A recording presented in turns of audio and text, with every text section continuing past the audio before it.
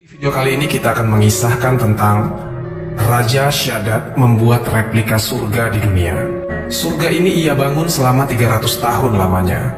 Bahkan saking luar biasanya, surga buatan raja ini tercantum di dalam Al-Quran surah Al-Fajr ayat 6-8. Jadi teman-teman, kota surga ini bernama Iram. Dan kota Iram ini tidak bisa dibandingkan dengan kota-kota apapun di dunia ini, karena saking indahnya arsitektur bangunan kota Iram ini. Oke, begini ceritanya. Ada seorang raja penguasa yang hebat yang bernama Raja Ad al-Miltad. Raja Ad adalah seorang penyembah bulan. Ia tidak bertauhid kepada Allah Subhanahu wa Ta'ala. Nah, Raja Ad ini memiliki 3 orang anak, salah satunya bernama Shaddad. Dan Shaddad adalah putra mahkota. Suatu hari ia akan dibaiat menjadi raja pengganti ayahnya kelak. Ketika Shaddad sudah diangkat menjadi raja, rupanya ia lebih buruk daripada ayahnya. Di masa kepemimpinan Raja Shaddad, rakyatnya ketika itu diwajibkan untuk menyembahnya. Artinya Shaddad selain menjadi raja, ia juga merangkap sebagai Tuhan. Ada riwayat yang mengatakan, Raja Shaddad diberikan usia yang sangat panjang oleh Allah Subhanahu wa Ta'ala. Ia hidup selama 1000 tahun. Nah, Raja Shaddad ini merupakan generasi keempat dari Nabi Nuh alaihissalam. Seperti yang kita ketahui, bahwasannya orang-orang zaman dahulu memang memiliki umur yang panjang-panjang. Dan bahkan tak hanya itu, ia pun diberikan rezeki yang sangat banyak.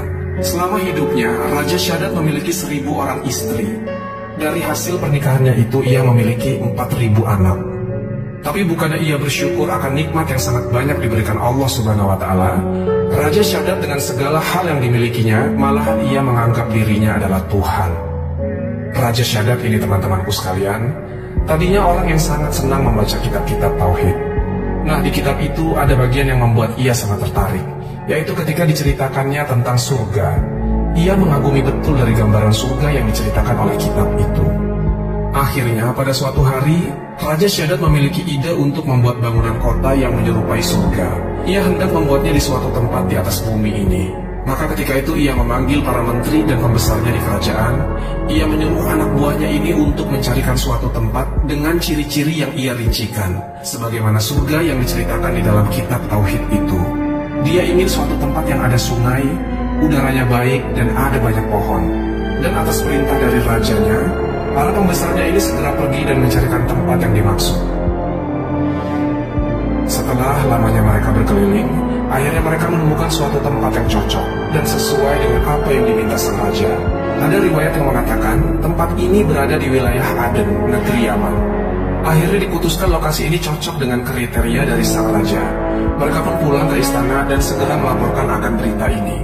Lalu Raja Shaddad pun menyetujuinya. Akhirnya, Raja Shaddad mengumpulkan orang-orang cerdas dalam bidang bangunan dan arsitektur di istananya. Kemudian sang raja berkata, "Aku hendak membangun sebuah kota seperti surga yang telah diceritakan di dalam kitab-kitab dari nabi terdahulu." Lalu sang raja memberikan kriteria bangunan kepada mereka, dan singkat cerita, mereka pun berangkat ke lokasi yang sudah ditetapkan tadi. Setelah tiba di lokasi, orang-orang ini segera mengukur dan menggali parit melingkar. Kemudian mereka juga mulai membangun pondasinya. Lingkaran dari lahan yang akan mereka bangun ini sepanjang 4 farsah. Ibnu Abbas menjelaskan, 1 farsah itu sama dengan 5.541 meter. Jadi lebar tanah dari kota surga yang akan mereka bangun ini adalah 22 km. Ini benar-benar luar biasa luas, teman-teman. Akhirnya, dimulailah pembangunan di lahan tersebut. Di awal mereka membangun pagar yang terbuat dari batu pualam, atau biasa disebut dengan batu marmer.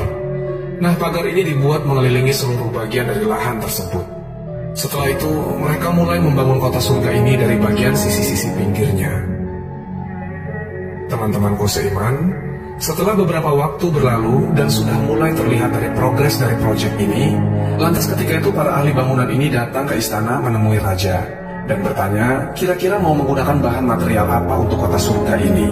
Raja Shaddad berkata, "Tidakkah kalian tahu bahwasanya aku telah menguasai dunia ini hampir seluruhnya?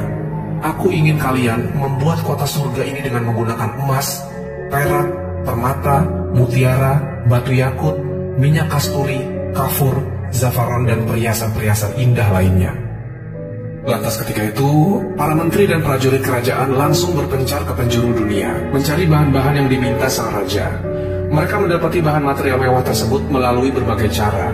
Ada yang dirampas dari penduduk, ada yang mereka memang mencari di pelosok-pelosok hutan, dan ada juga di antara mereka yang menggali tanah atau menambang. Nah, setelah semua material itu terkumpul, kemudian mereka membawanya ke kota surga itu. Lalu mereka mulai menempelkan dan meletakkan material-material mewah yang dibawanya. Bahkan teman-teman, para pekerja membuat bata yang terbuat dari emas dan perak. Akhirnya, seiring berjalannya waktu, bagian sisi-sisi dari kota surga sudah mulai selesai. Mereka mulai mengerjakan bangunan besar di tengah-tengah kota surga ini. Ya mungkin ini adalah istana kerajaannya. Nah, bangunan istana ini hanya terbuat dari bahan emas dan perak saja. Jadi seluruh dinding, lantai, bahkan perabotannya semua terbuat dari emas. Kemudian untuk tiang-tiang gedung istana ini, mereka membuatnya dari batu jabarut hijau dan batu yakut merah.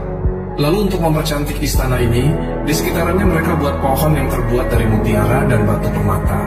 Kemudian, di seluruh istana ini mereka semprotkan minyak kasturi. Pokoknya ini adalah sebuah kota yang super mewah, yang tidak ada tandingannya dengan bangunan apapun di dunia ini.